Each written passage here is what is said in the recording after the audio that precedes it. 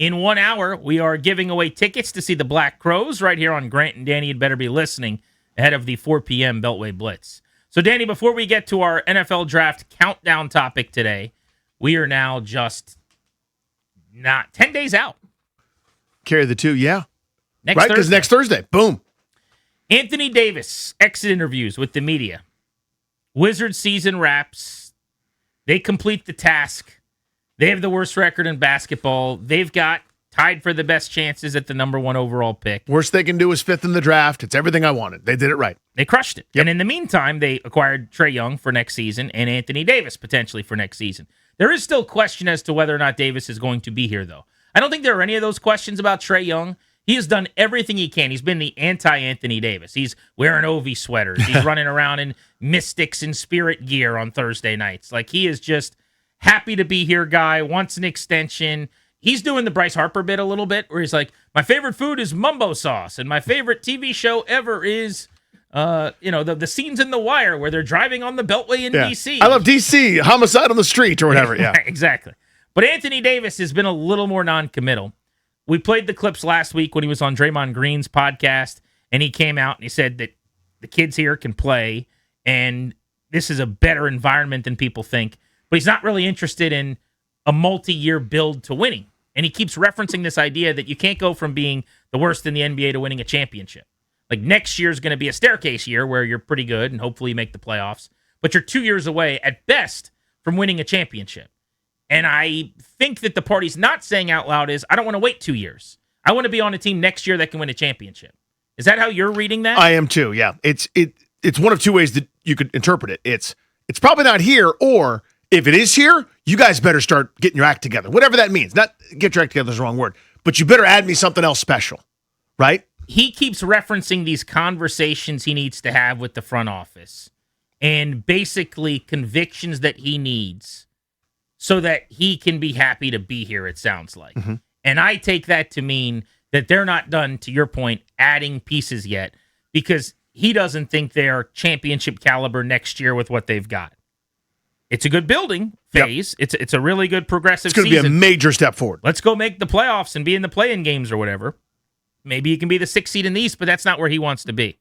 But I want to play this clip. This was the Hall of Famer David Aldridge asking him a question about if he expects to be with the Wizards next season. Listen to this. While these questions get answered, do you at least say, okay, you got me next year? Yeah. I'm under contract. Like, I love my money.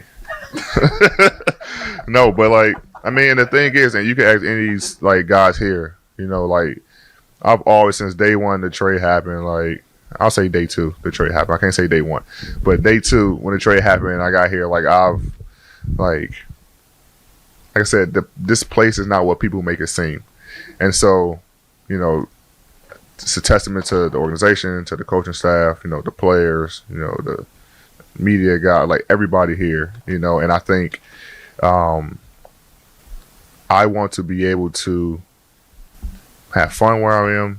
I want to be able to compete where I am. I want to be able to learn wherever I am, and this organization like has that.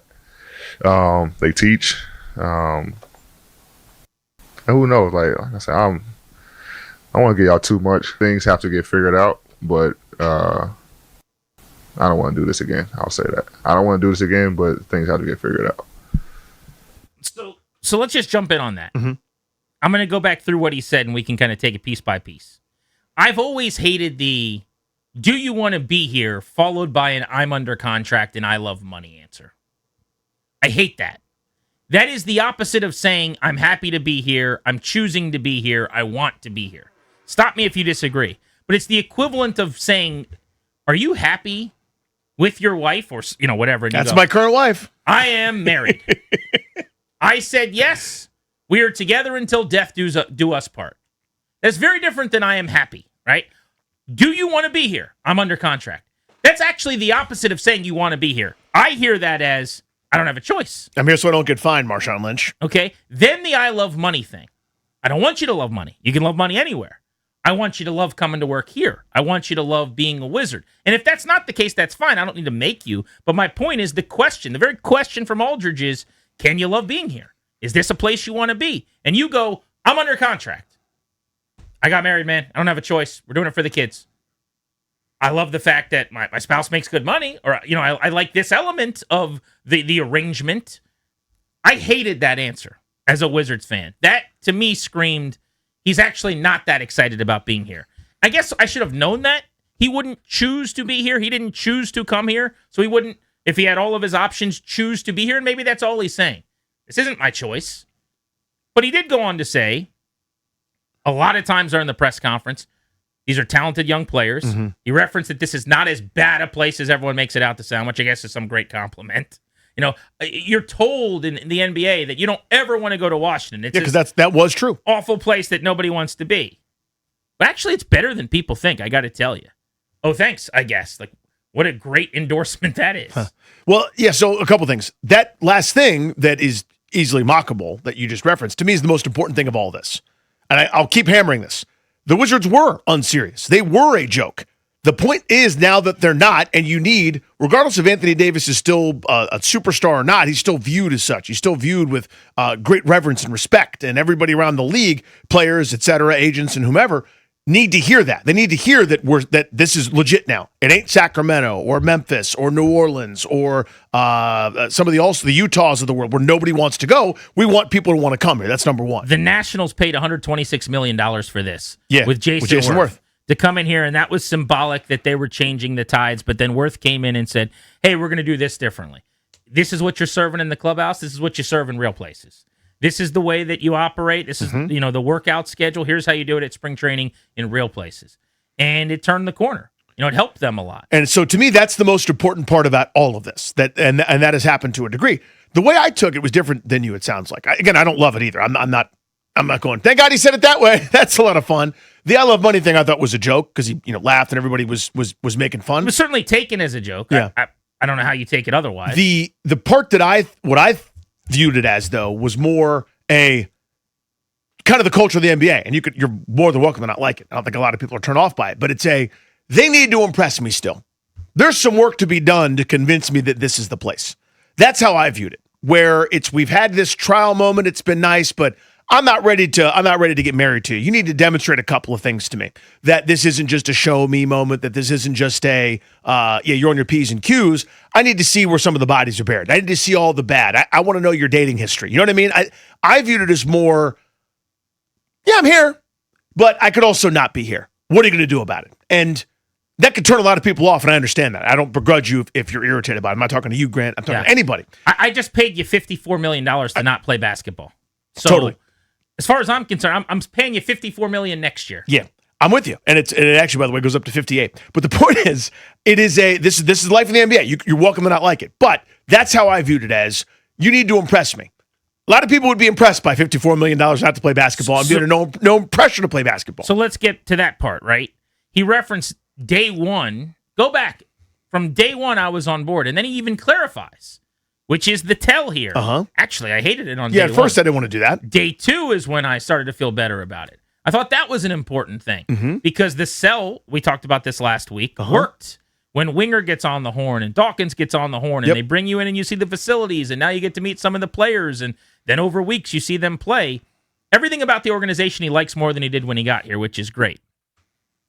Not what people make it seem. Yep. Book on the Wizards is bad. Yes. We know that. We knew that.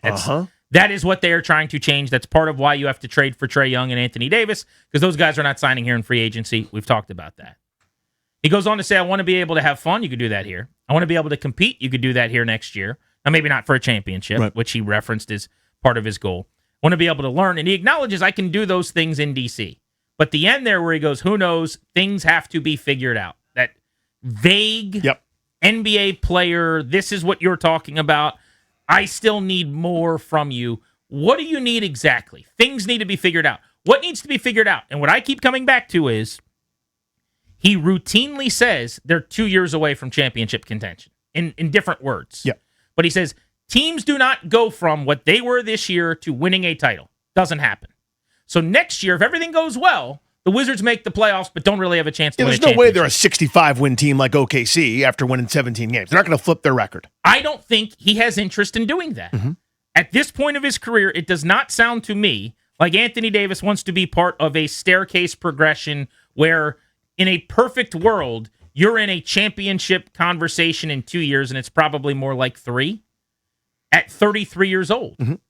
So my take is I think he would like to be somewhere where he could win a title next year. And if you have to do this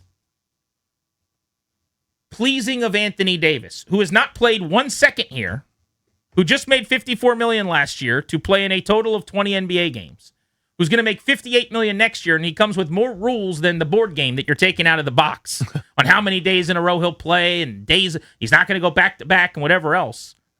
And now I've got to go get you this player you want to play with potentially, or whatever the other guidelines are. I don't think it's worth it. To me, this is not worth it. Yeah, you're what you're basically saying is I don't like the current structure of the NBA, and I don't hate that criticism. By the way, I mean that's a kind of a straw man version of it. But no, I'm not ripping you. I'm saying that's the world now. These guys have so much agency and so much power that if you have a solar system guy, which he is, that's how he's viewed. You got to do these things. But I think there are other ways to do it potentially. To a degree, but he learned under LeBron James, who LeBron's like, yeah, I'm here for the rebuild. 7 seconds later, all the guys that were supposed to rebuild with are gone, and they brought in Lance Stevenson, and they brought in the guys that his agent represents, and you got all the dudes that LeBron employs. If you want to be in business, you've got to do these things with these superstars. When he says, let's figure it out, is he talking about an extension? I think he's talking about some veterans that he wants. So I think it could be both. But I'm not interested in an extension either. I'm more interested in the veteran thing, which I'll hate too, by the way. Yeah. I'm more interested in that than an extension for the 33-year-old who is broken down and still a great player. Let's be clear. Yeah. He is a superstar. This year he averaged 20 and 11 when he played in the 20 games. But I don't know, Strobes, you were in the press conference. You've covered the Wizards all season long. What do you think he's saying when he says, we've got to figure it out? I think he wants to see what the vision is for competing next season. And obviously, he understands that it's unrealistic for a team to up its win total by 25 to 30 games, be a true contending team in the East. And he acknowledges that.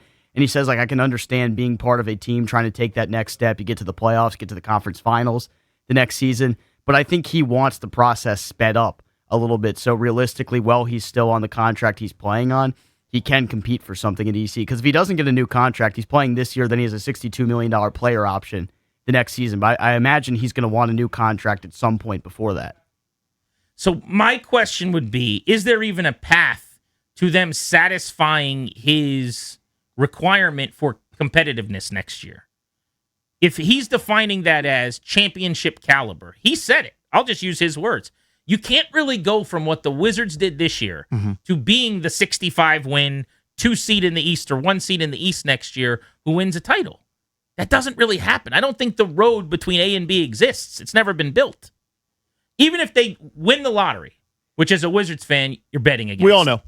But let's say they get DeBonsa and they bring somebody else in to help. That's a really fun, progressive thing. That's awesome.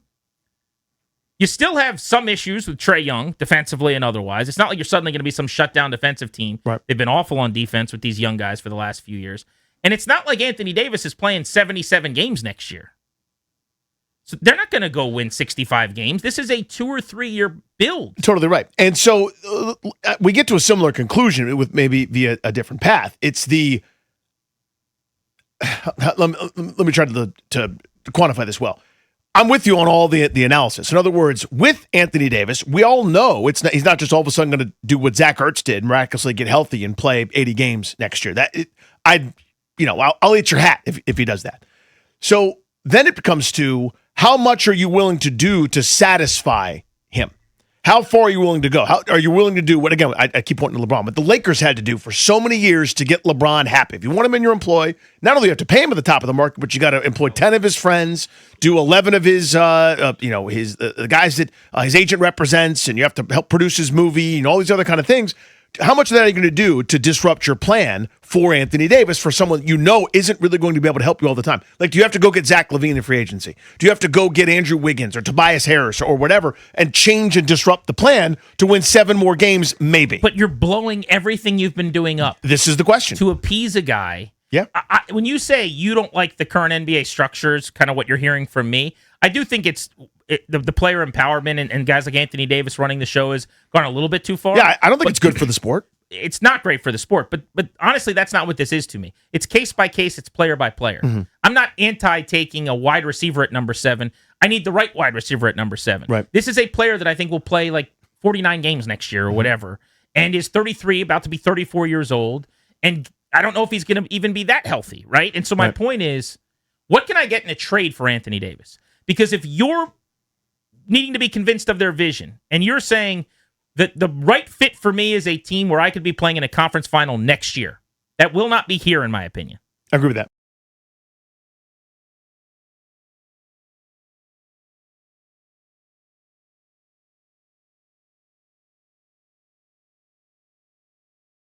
Kind of holds you over the coals and goes, but you promised me, all right, we'll make this move. But you promised me, all right. And next thing you know, you don't even resemble the plan that was going so beautifully all this time. So what could they get in an Anthony Davis trade is what I would want to know this offseason. I mean, Strobes, what would that even look like? I feel like if you're going to make a move before the draft, that's something Washington would probably be interested in just because of the talent that we know is going to be available in the first round of this draft. They gave up pick 30 in this draft to get him. It was part of the deal. So they gave up Anthony Davis, Chris Middleton. They got back Jaden Hardy, D'Angelo Russell, Exum, and then you give up the 30th pick in this draft. You give up a 2030 first-round pick via Golden State. So none of these picks were their own, and they're like the 2 worst first-round picks ever, essentially, that you could possibly give up.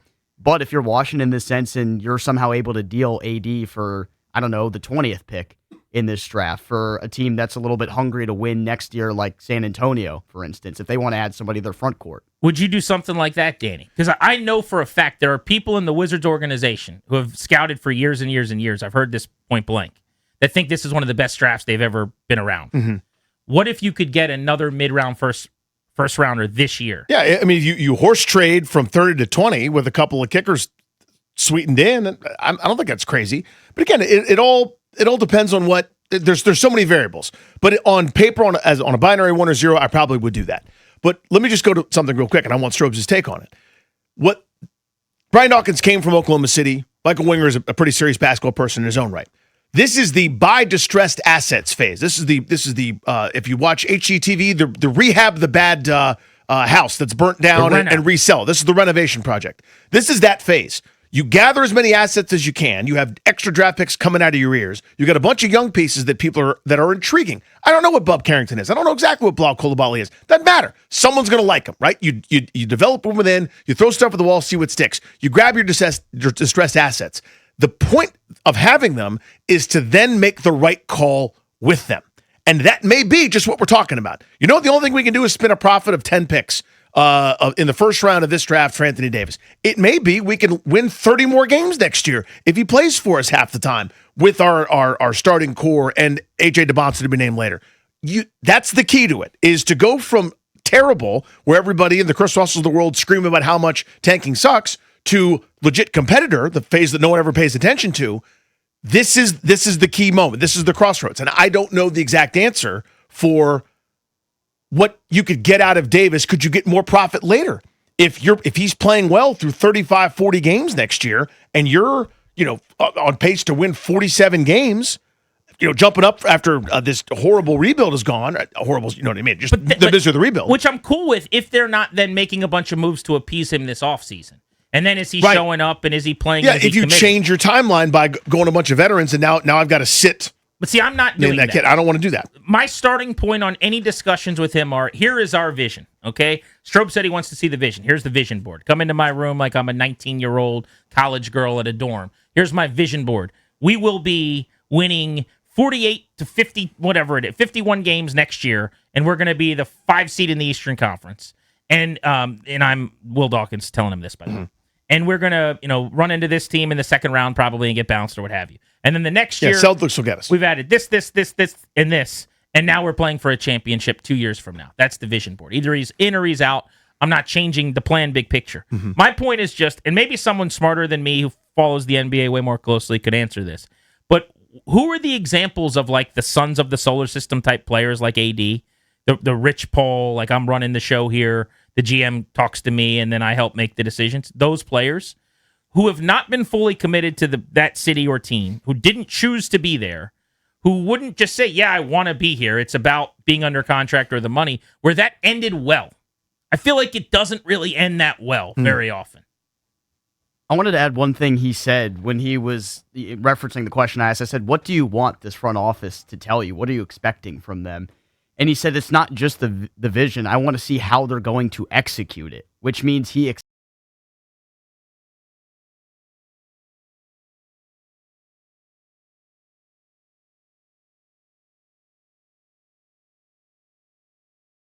and what it is. I'm not haven't had a chance to talk with them yet. Obviously, it's a long summer. Season just ended yesterday. But when with meeting with those guys, they know that I want to win. I'm sure that they want to win as well. Nobody wants to lose. So I think having those conversations, just being on the same page, kind of seeing what the direction of the team. I know we have a lot of young guys, but like I said, I mentioned about the young guys, how talented they are. Adding, Trey and myself kind of can help change that. But I also understand I've been in this league a long time, and I've been with losing teams, been on losing teams, and it's very hard, to be a losing team and then a championship contender, right? I think one team is only done, and DA might know, Boston in '08, only team, right? And even when I was in New Orleans and we had 2 losing seasons, then we made the playoffs our 3rd year, like that is within itself is a huge jump. It's good ball knowledge, by the way, by Anthony Davis. Like, this is clearly something him and Rich Paul have talked about on the phone a few times. Probably not during the phone call he took in the middle of the press conference today. Right, not then. Which maybe there was a better time to do that. But they've probably had a conversation or two. Alex is in Vienna. What's up, Alex? How are you? Hey, guys. It's been a while. I'm with you guys. I don't think he's a distressed asset. He's a depreciating asset. He has a car that you just bought, and as soon as you take him off the lot, he's only going to have less value the longer you keep him. So I would, swing a trade now. The other thing is, like, socially, and I know, these guys don't all have to be friends, but who is he going to hang out with on this team, right? Like, they need to go get some old guys just to keep them happy. Those guys are going to take playing time away from the young core, which is the future of the club. We as fans don't deserve this because we bought in to this plan. And the plan is we're going to build with a young team. And that's great if you do it and you follow through on it and you let them come together and coalesce like OKC or Detroit now. But if you're going to make AD happy, you're going to have to go away from that plan that we all bought in on. Yeah. And I had not thought about that, but I really like that call, Alex. The fans have been sold and kind of convinced this is the way we're doing it. Now, the team's allowed to navigate away, and I don't think the average fan, I'd say more fans are excited to hear AD Trae Young than not excited. Yeah, I want to see him play. But at the same time, he's right. Like, you have come to me with this blueprint for what you're doing, and now you're completely navigating away from that to appease him, potentially. And again, at what cost? If it derails the quote-unquote timeline or plan, if it's just an ancillary move or two, you get a guy that your client, that your agent represents to come off the bench and play 15 minutes a night, like an Anthony Gill type, it's fine with me. That doesn't derail anything. But if it's now an overhaul, that's not what I'm into.